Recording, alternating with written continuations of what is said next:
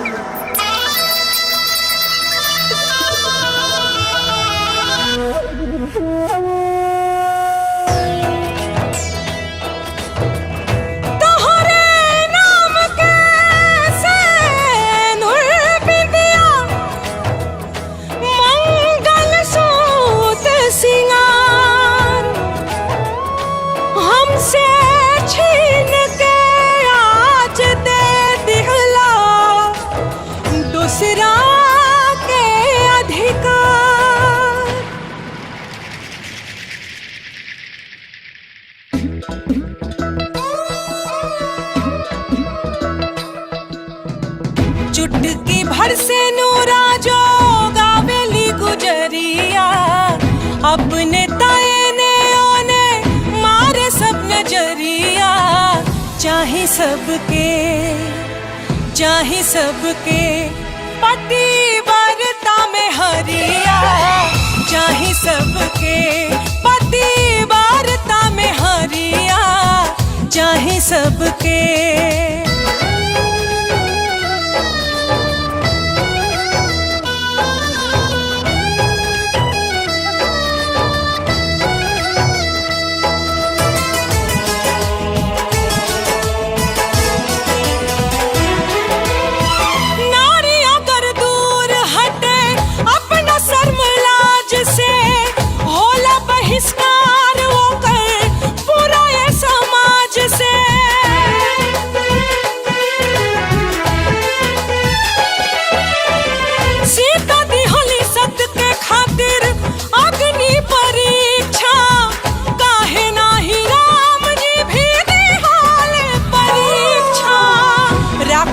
सुहागिन नैहर ससुरा के बगरिया, भले मर्द झांके जाके काई गो दुवरिया।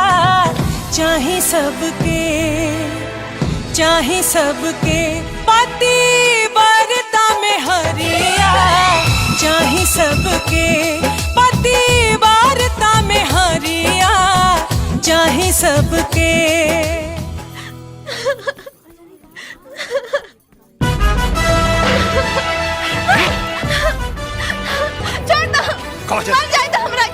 काजल हमारी बात सुनो। हम सब कुछ बर्दाश्त कर सकता नहीं, लेकिन सौत नहीं की बर्दाश्त कर सकत। छोड़ हमके। काजल हम तो हर कसम खा के कहता नहीं काजल, हम सिर्फ तो से प्यार कर रही काजल। और उस सब का जो हम अपना आँख से देख ले रहे नहीं। काजल कबू आँख के देखल भी झूठ हो जाला काजल। वो सब हमरा के कुछ नहीं के पता। छोड़ हमरा के।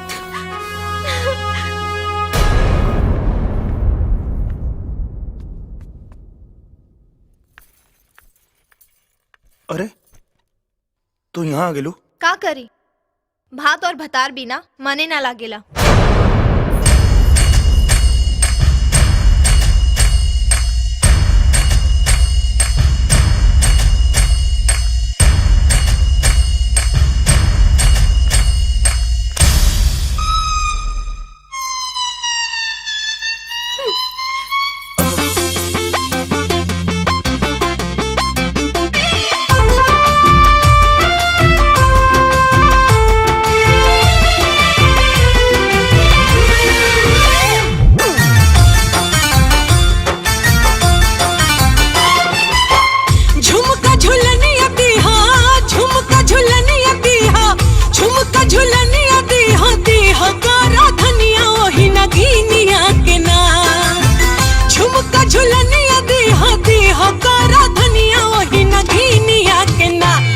बदी हो ना ये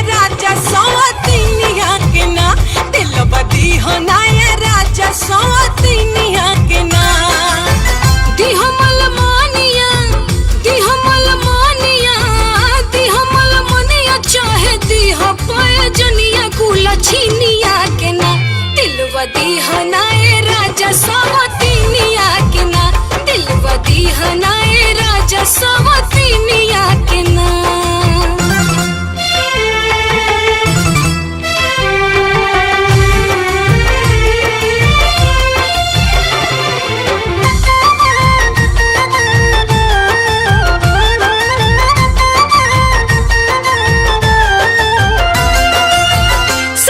समनिया में बखरा लगाइब, एहो राजा प्यार तोहर बाटे नाही पाइब।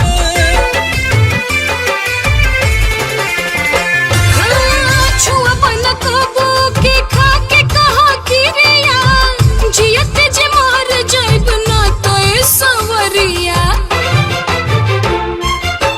मोहलिया टार दिहा, मोहलिया टारी, मोहलिया लहंगा सारी ओही ठगिनिया के ना, दिलवा दीहनाए राजा सवतीनिया के ना, दिलवा दीहनाए राजा सवतीनिया के ना।